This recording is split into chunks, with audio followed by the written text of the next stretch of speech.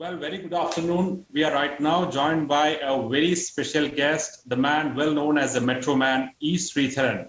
After achieving everything possible, humanly possible in his professional front, he is kicking start his new innings in the political arena. A couple of days back, he himself confirmed that he will be associating with the BJP in Kerala. Joining me now is none other than E. Sridharan, sir. Sir, thank you so much for joining with us and speaking to India today. Sir, let me get this straight to you. Okay, then. What and why BJP, sir? Because I hope many people would have already asked you, but why BJP in Kerala, sir? Mainly because the other two parties, LDF or UDF, they got a very bad track record in the state. They are ridden with a lot of scandals, corruption cases, and they have not been able to bring in any tangible improvement of development in the state so far. Most important being, they have not been able to bring one single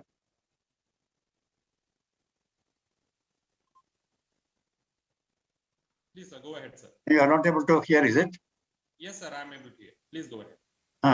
They have not been able to bring even one single industry into the state during the last 20 years. The unemployment is rising here very high, particularly educated people.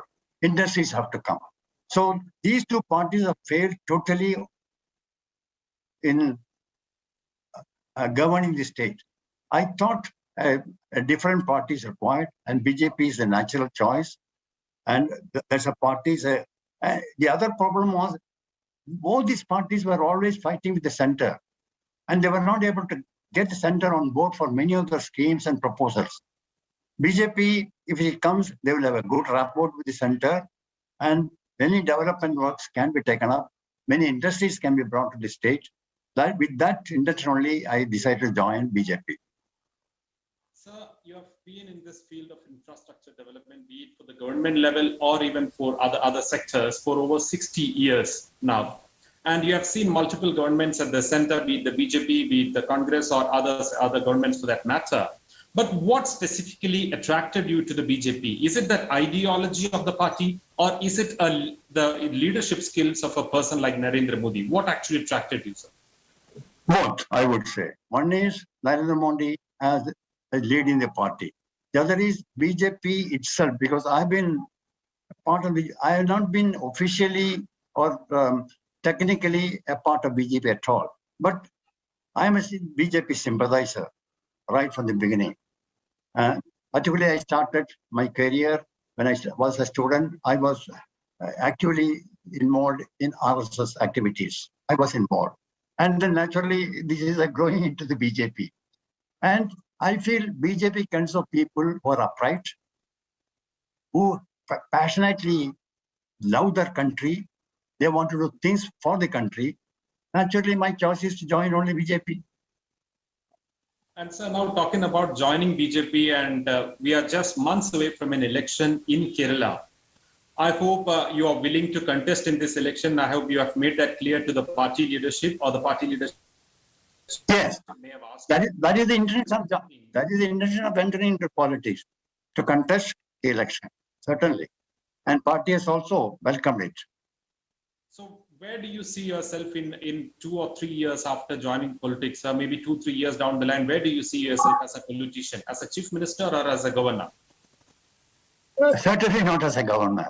I have no intention to become a governor, even if it is offered to me. Chief minister, yes, that for the party to decide. I feel if I am projected as the chief minister of the state, there will be a lot of people will come along with me.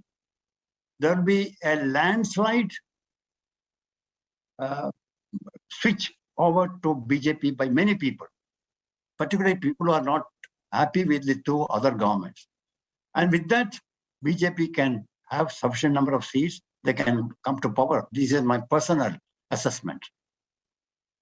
So we are having this discussion at a time when the state is heading into an election, when there is at least a section of the society which presumes that the Pinarayi Vijayan government at the state has done a lot of welfare activities. They have brought a lot of infrastructure growth to the state, even if it's through the KIFBI. So how do you rate the current LDF government in the state? This is hollow talk. Many of the schemes are there only, now only they are starting. If you see many important schemes that are required for the state, none of them have been taken up. They're not been able to improve the national highway at all. Even the rural and other this thing, they're not been able to maintain properly. The railway system, not even one single place they've been able to introduce suburban services so far. Railway projects which are sanctioned, like Nelambur, Nanjangod, Guruvayur, Tirunavai, they've not been able to take up.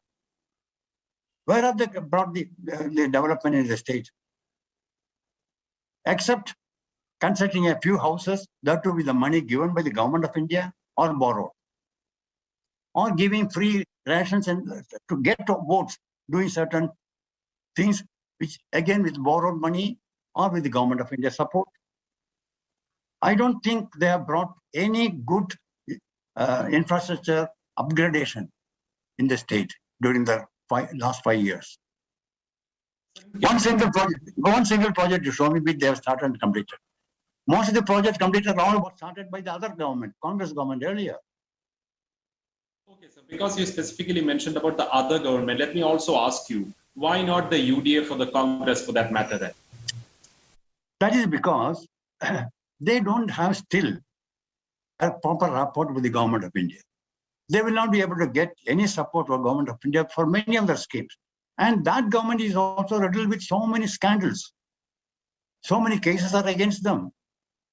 There are really some very good individuals in charge of the party. I have nothing to complain about Mr. Umanchandi, Mr. Chennithala, or even Mr. Kunyalikutti. Nothing to. Individuals are there, but party as a whole does not have a good image.